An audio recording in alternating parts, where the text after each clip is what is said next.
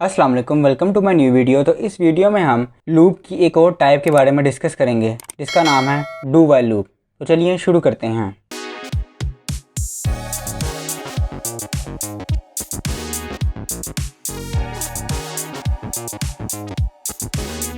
तो अब हम ज़रा इसके सिंटैक्स को समझ लेते हैं और मैं आपको इस बार सिंटैक्स कॉपी पे समझाऊंगा ताकि आपको अच्छी तरीके से समझ आ जाए। ये डू वाइल लूप का सिंटैक्स है। सबसे पहले आपने लिखना है डू। ये स्टार्ट होता है डू से, फिर आपने ब्रैकेट डालनी है और फिर लिखना है कोड, और फिर ब्रैकेट क्लोज करनी है, फिर लिखना है वाइल लूप यानी कि वाइल और अंदर कंडीशन। इस लूप में आप इस बात को याद रखें कि हमने इसके एंड के ऊपर सेमी कोलन भी डालना है। हमने फोर लूप पढ़ा, हमने सिंपल वाइल लूप पढ़ा, हमने उसके एंड के ऊपर यानी कि ब्रैकेट क्लोज करके कभी भी सेमी कोलन नहीं डाला। लेकिन इस लूप के अंदर हमें सेमी कोलन डालना लाजमी है, वरना हमारा कंपाइलर हमें एरर दे देगा। हमने इसका सिंटैक्स तो समझ लिया, अब ज़रा इसकी एग्जांपल देख लेते हैं। मैं इसके सिंपल से आपको एग्जांपल दिखाता हूँ और बताता हूँ कि काम कैसे करता है। सबसे पहले हमने इंट लेना है a=1, कोई वेरिएबल लेके उसमें वैल्यू स्टोर करवा देनी है। अब इसका सिंटैक्स लिखना है यानी कि डू ब्रैकेट और अंदर कोड। अब आप इस बात को याद रखें कि फॉर लूप और वाइल लूप के केस के अंदर हम सबसे पहले कंडीशन चेक करवाते थे कि हमारी कंडीशन चेक होगी। अगर कंडीशन ट्रू हुई तभी वो हमारा कोड लूप के अंदर जाता था और कुछ प्रिंट करवाता था। लेकिन डू वाइल के केस के अंदर हमारा कुछ ना कुछ कंडीशन चेक होने से पहले ही प्रिंट हो जाएगा। मैं आपको दिखाता हूँ कैसे। यानी कि हमने यहाँ पे printf लिखा, %d लिखा, a लिखा, सिंपल कोड यानी कि, और यहाँ पे a++ कर दिया और यहाँ पे ब्रैकेट बंद कर दी। अब हमने यहाँ पे लिखना है वाइल ब्रैकेट मैं लिखता हूँ a<=5 के 5 तक प्रिंट हो, और एंड पे सेमी कोलन लाजमी डालना है। अब ये रन कैसे करेगा? सबसे पहले ये a की वैल्यू प्रिंट करवा देगा बगैर कंडीशन चेक किए। ये कंडीशन चेक नहीं करेगा, ये a की वैल्यू डायरेक्ट प्रिंट करवा देगा यानी कि 1। और फिर ये नीचे आएगा कंडीशन चेक फिर ये नीचे कंडीशन चेक करेगा a<=5 यानी कि है ये, फिर ऊपर जाएगा, इंक्रीमेंट होगा, 2 प्रिंट हो जाएगा। बाकी सारा कुछ वैसे ही चलेगा। सिर्फ ये वाइल लूप और फोर लूप से इस तरह डिफरेंट है कि इसके अंदर कुछ ना कुछ पहले ही प्रिंट हो जाएगा, बेशक आपकी कंडीशन फॉल्स ही क्यों ना हो। यानी कि मैं आपको कोई और एक कोड लिख के दिखाता हूँ।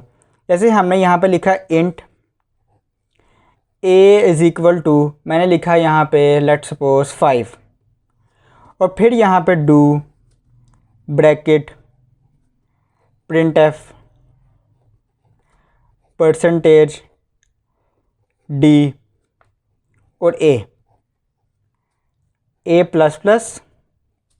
Bracket close.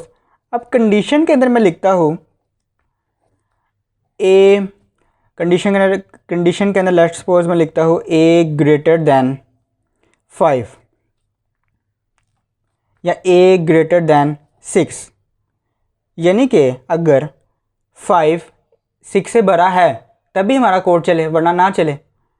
लेकिन इस कोड के अंदर ऐसा होगा, डू वाइल लूप के अंदर ऐसा होगा कि जब ये चलेगा तो 5 प्रिंट हो जाएगा, 5 प्रिंट हो जाएगा, बेशक हमारी कंडीशन फॉल्स है। यानी कि यहाँ पे हमारी कंडीशन फिर चेक होगी =6, जो कि समझ आ रही है कि फॉल्स है, 5 6 से बड़ा नहीं है, छोटा है।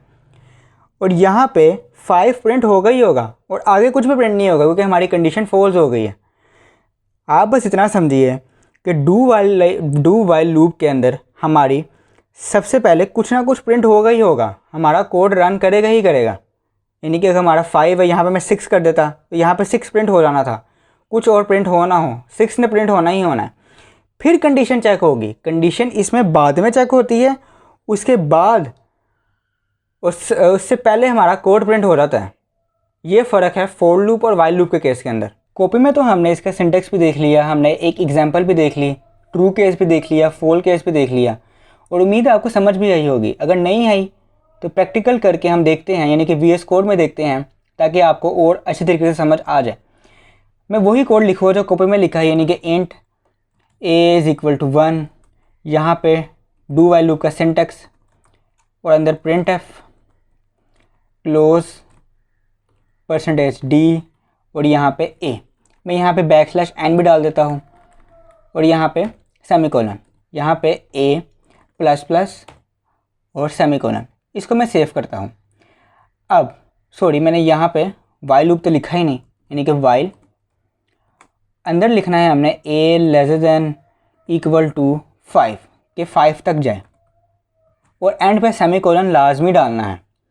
मैं इसको रन करता हूँ तो मेरी आउटपुट स्क्रीन के ऊपर 1 से लेके 5 तक काउंटिंग प्रिंट हो जाएगी लाइन बाय लाइन, 1 2 3 4 5।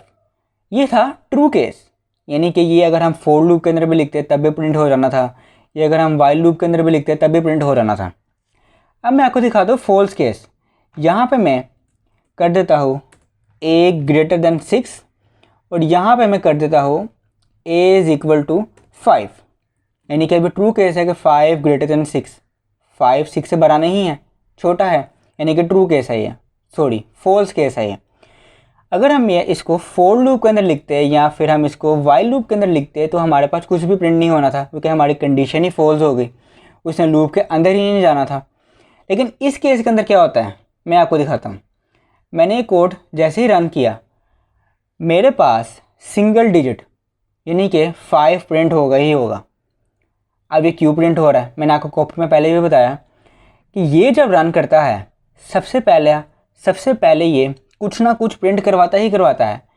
यानी कि अगर a इज इक्वल टू 5 है तो इसने 5 को प्रिंट करवाना ही करवाना है, कुछ भी हो जाए, बेशक हमारी कंडीशन ट्रू हो, बेशक हमारी कंडीशन फॉल्स हो, इसने प्रिंट करवाना ही करवाना है। सबसे पहले ये कुछ प्रिंट करवाएगा, उसके बाद ये कंडीशन चेक करेगा। अगर कंडीशन ट्रू होगी तो फर्दर आगे ये कोड को चलाएगा, अदरवाइज़ वहीं रोक देगा। लेकिन पहला डिजिट यानी कि पहला कोड प्रिंट करेगा ही करेगा ये। उम्मीद है आपको while loop, for loop, do while loop अच्छी तरीके से समझ आ गए होंगे और इनमें बुनियादी फ़र्क समझ आ गया होगा।